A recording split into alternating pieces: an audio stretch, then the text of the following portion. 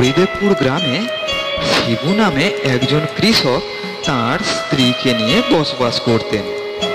শিবুর অনেকগুলি হাঁস ছিল।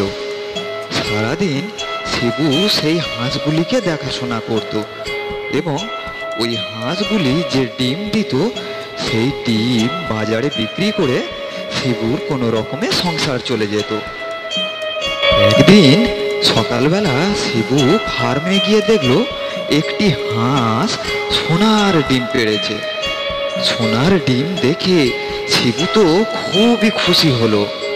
সোনার ডিম পেয়ে শিবু তার বউকে বলতে লাগলো, দেখো দেখো গিন্নি, ওপরওয়ালা আমাদের দিকে মুখ তুলে তাকিয়েছে। আজ ফার্মের একটি হাঁস সোনার ডিম দিয়েছে। আজ থেকে বোধহয় আমাদের সমস্ত দুঃখ ঘুচে গেল। আমাদের আর খাওয়া পড়ার কোনো অভাব থাকবে না। আমরা ধীরে ধীরে অনেক ধনী হয়ে যাব। এই কথা শুনে শিবুর বউ সেও খুব খুশি হলো। শিবু সেই ডিমটিকে নিয়ে বাজারে গেল এবং বেশ চড়া দামে বিক্রি করে এলো। ডিমটি বিক্রি করে শিবু অনেক পয়সা পেল। পরদিন সকাল সকাল শিবু আবার ফার্মে গেল। গিয়ে দেখলো সেই হাঁসটি আবার একটি সোনার ডিম দিয়েছে। শিবু সেই ডিমটিকেও বাজারে বিক্রি করে এলো।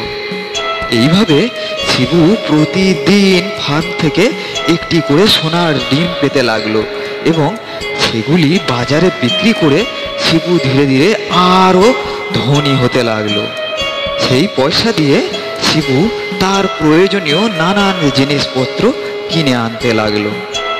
কিন্তু শিবুর বউটি ছিল খুবই লোভী। একদিন শিবুর বউ মনে মনে ভাবতে লাগলো, ইস, প্রতিদিন একটি করে ডিম পাওয়ার থেকে আমরা যদি একসাথে অনেকগুলো ডিম পেয়ে যাই, তাহলে আমরা এই গ্রামের সব থেকে ধনী লোক হয়ে যাব। আমাদের আর কোনো অভাব থাকবে না। প্রতিদিন একটা করে ডিম পাওয়ার পরিবর্তে আমরা যদি একসাথে অনেকগুলো ডিম পাই, তাহলে আমরা একেবারে বড়লোক হয়ে যাব। শিবুর বউ এমনই মনে মনে চিন্তা ভাবনা করত।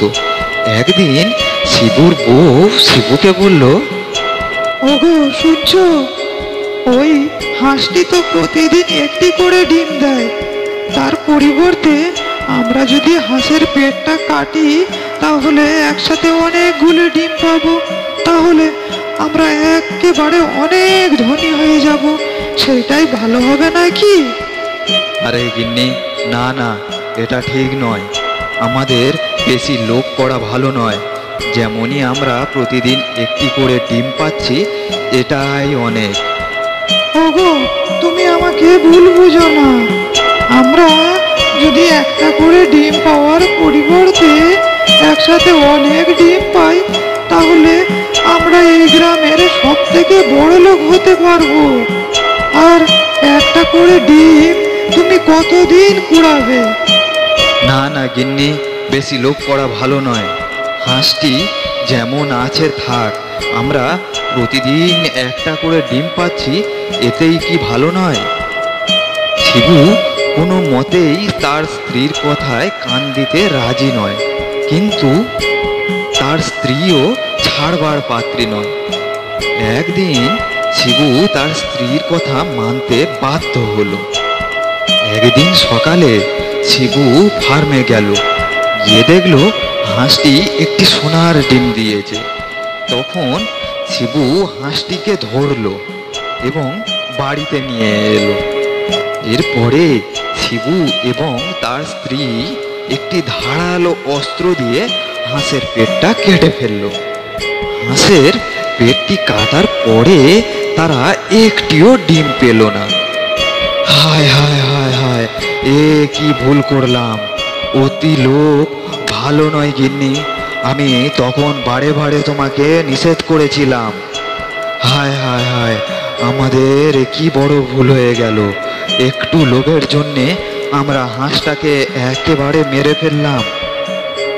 এরপরে শিবু এবং তার স্ত্রী বুঝতে পারলো যে তারা বেশি লোভের জন্য হাঁসটিকে মেরে ফেললো, কিন্তু একটিও ডিম পেল না। তাহলে প্রিয় বন্ধুরা, এই গল্পটি থেকে আমরা কি শিখলাম? আমরা শিখলাম যে অতি লোভে তাঁতি নষ্ট। প্রিয় বন্ধুরা, গল্পটি কেমন লাগলো প্লিজ কমেন্ট করে জানান। আর গল্পটি ভালো লাগলে ভিডিওটিতে লাইক দিয়ে চ্যানেলটিকে এখনই সাবস্ক্রাইব করে দিন, তাহলে আমরা প্রতিদিন আপনাদেরকে একটি নতুন নতুন গল্প শোনাতে পারবো। আর ভিডিওটি শেষ পর্যন্ত দেখার জন্য আপনাদেরকে অসংখ্য ধন্যবাদ।